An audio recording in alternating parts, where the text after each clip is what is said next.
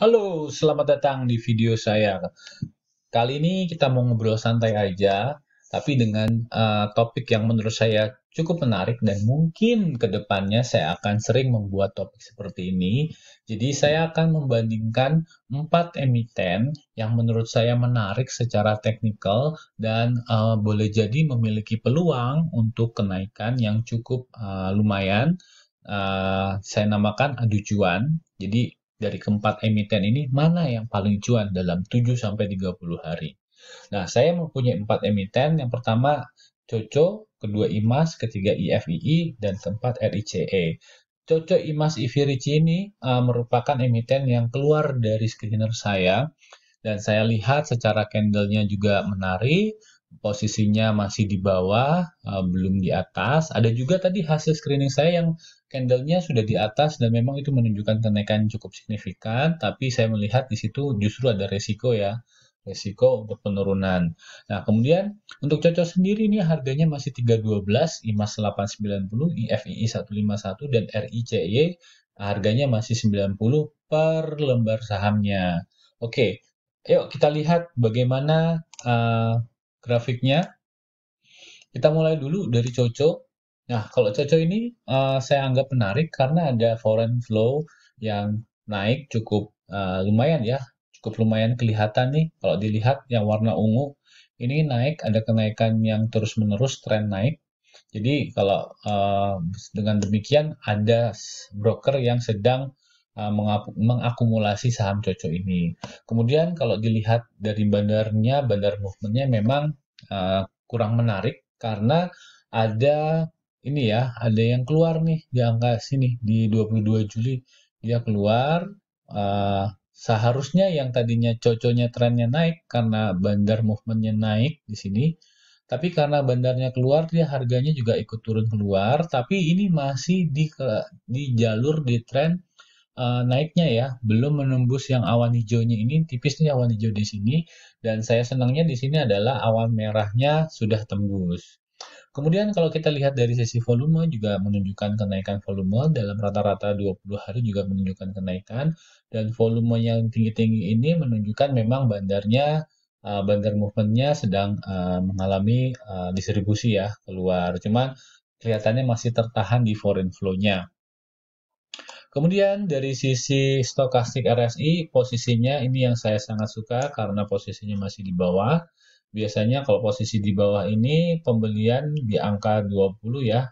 Kalau udah di angka 20, saya konfirmasi untuk membeli, tapi ini posisinya masih di bawah, berarti masih ada peluang untuk naik, momentum naik ya, seperti yang di sini nih. Di bawah posisinya, terus naik ke atas, ini ada pergerakan naik ke atas. Oke, kemudian kalau dari sisi broker summary-nya kita lihat di sini Jojo saya ambil dari angka 30 bulan 4 sampai 1808. Jadi 30 bulan 4 itu adalah awal mula foreign flow mengalami kenaikan. Nah, di sini kita bisa lihat AN, YP dan HD. Nah, YP ini warna merah berarti dia adalah broker asingnya. Nah, ini mungkin yang bisa menjelaskan kenapa foreign flow-nya naik karena YP melakukan pembelian ya. YP di sini mungkin bukan YP yang lokal ya, tapi YP yang asingnya. Oke, kemudian ada AN, YP, dan HD. Nah, kemudian kalau AN ini 6,3 billion di harga 303, sekarang di 312, floating profit sedikit. Kemudian ada YP di 294, floating profit juga, dan ada HD di 324, yang posisinya sekarang floating loss. Nah, ini cukup menarik sekali ya. Kemudian, kalau kita lihat di sisi sebelah kanan, ada IN, XA, dan CP. IN minus 7,5 billion, XA minus 2,5 million. Nah, ini mungkin yang tadi menjelaskan mengapa ada tren bandar movement turun ke bawah karena IN dan XA-nya ini keluar ya. Nah, setahu saya kalau XA ini kemungkinan adalah retail. Nah, retailnya keluar mungkin melihat ada potensi di tempat lain sehingga dia keluar atau boleh jadi memang ini bagian dari IN yang mereka sudah memutuskan untuk keluar dari emiten COCO. Oke, itu adalah potensinya. Potensinya kalau kita lihat ini cukup lumayan ya, cukup tinggi. Saya sudah membuatkan garis di sini, jadi bisa naik ke sini atau bisa naik ke atasnya lagi ya. Sini atau atasnya lagi. Nih, atau bisa ke sini ya. Tergantung nanti sentimennya seperti apa dan aliran fund flow-nya seperti apa. Kemudian yang kedua yang saya cukup menarik adalah kode emitennya adalah IMAS, Indomobil Sukses Internasional. Kenapa saya tertarik dengan emiten ini? Yang pertama karena frekuensi analyzer-nya menunjukkan tanda-tanda yang biasanya menunjukkan akan adanya kenaikan. Nah, ini diperkuat lagi dengan foreign flow yang warna merah ini sudah menunjukkan kenaikan walaupun tidak terlalu signifikan. Kemudian juga dari Ichimoku-nya warna merah ini ya, hampir tertembus warna merah di sini. Nah, ini dia. Kalau warna merah ini merupakan tren turun ya. Kalau misalkan dia nggak berhasil tembus, berarti dia ikut tren turun. Tapi kalau berhasil nembus, dia bisa menjadi tren naik. Nah, kalau dilihat di sini ada sideways dan kemudian ada frekuensi analyzer-nya ada tanda-tanda kehidupan di sini. Jadi ini memberikan sentimen bagi saya, sentimen yang cukup positif untuk melihat emiten ini. Ditambah lagi net income juga secara 2 kuartal terakhir ya, kuartal 1, kuartal 2 ini menunjukkan kenaikan dan ini bisa juga menjadi sentimen positif untuk melihat emiten ini. Kemudian kalau kita lihat dari secara broker summary-nya bisa dilihat di sini ya, ada YP, KK, DR, YUGR, dan CC. Ini paling terlihat adalah YP dengan akumulasinya 1,3 billion di angka 889. Sementara posisi hari ini adalah 890. Jadi posisi ini mirip-mirip dengan YP nih. Jadi kalau penurunannya mengikuti YP dengan time frame 8 bulan 7 1808. Kalau kita lihat juga dari ininya ya, grafiknya yang menurun, berarti memang posisi kita lebih confident lah ya, lebih confident. Apalagi kalau kita lihat ini dari sisi supportnya, supportnya ada di angka sini, saya kira-kira ada di 847, kemudian nanti bisa turun lagi ke 708. Nah ini no problem, ada resikonya masih bisa terukur ya, kita bisa pakai stop loss di sana. Kemudian secara potensi kenaikan ya cukup lumayan kalau kita lihat di sini bisa sampai 1000, kalau perhitungan saya 1400 ya, 1400 1438 potensi kenaikannya. Oke, itu yang membuat menarik dari emiten ini. Kemudian ada emiten yang namanya IFII, Indonesia Fairboard Industry. Nah, ini yang menariknya adalah yang pertama Ichimoku-nya sudah tembus, warna merahnya sudah tembus, walaupun dia balik lagi ya di hari ini ya.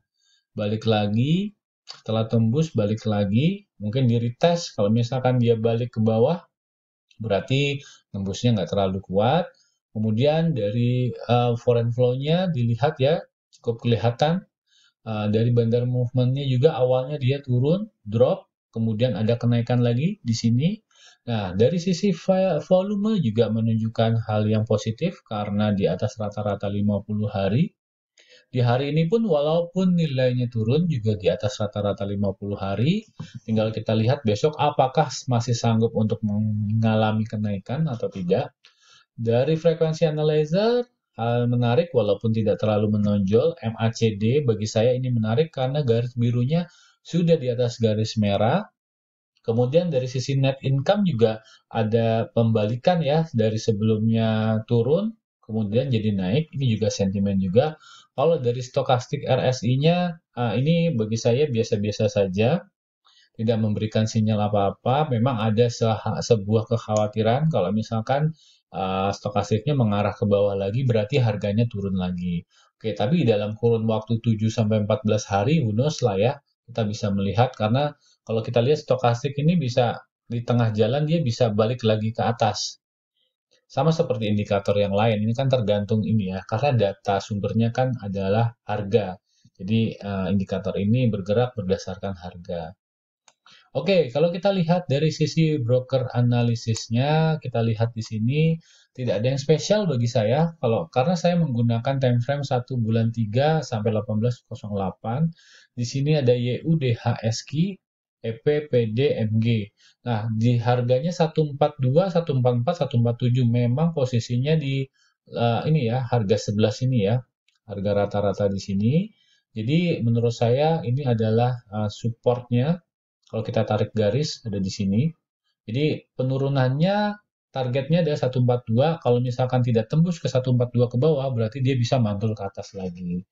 Kemudian juga kita lihat apakah yang asing ini warna merah biasanya ya, YU dan AG. Kalau misalkan YU dan AG besok-besok masih melakukan akumulasi, berarti masih ada harapan bahwa harga IFII akan masih naik.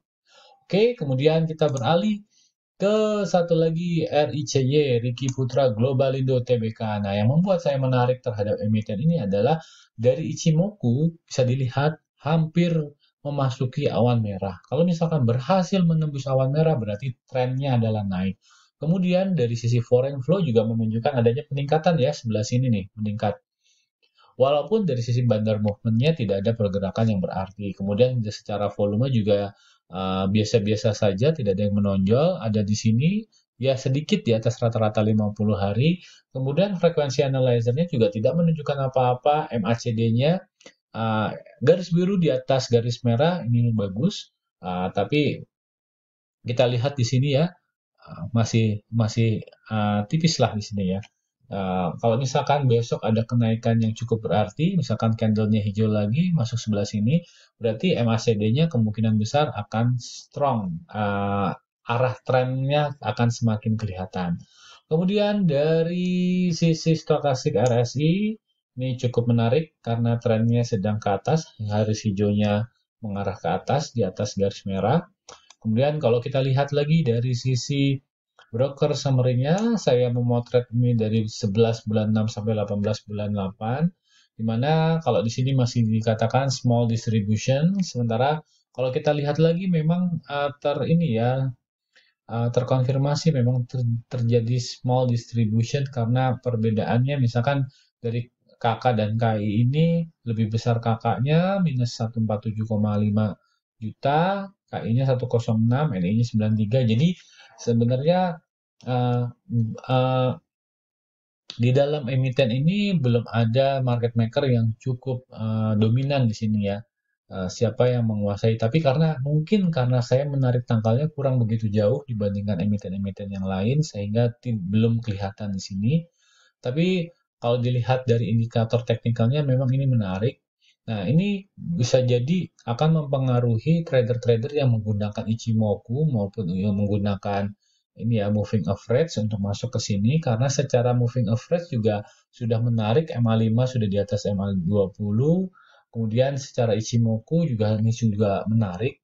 Jadi kalau misalkan banyak trader yang menggunakan pola yang sama dengan apa yang saya gunakan, berarti akan semakin memperkuat arah tren kenaikan yang sebelumnya mungkin masih terlihat begitu lemah ya karena dari sisi pembelian masih ratusan juta. Oke, dari keempat emiten tersebut yang telah saya analisis, kira-kira menurut Anda, apakah emiten COCO, apakah emiten IMAS, apakah IFII atau RICE yang akan memberikan cuan paling besar dalam kurun waktu 7 sampai 30 hari. Jadi nanti kita akan melihat di hari ke-7, hari 14, hari 21 dan hari 30, 28 atau 30, mana dari keempat ini yang akan memberikan cuan lebih besar. Oke, komen di bawah emiten mana yang menurut Anda memberikan cuan paling besar dan saksikan video saya berikutnya. Oke, sampai jumpa, sampai ketemu lagi.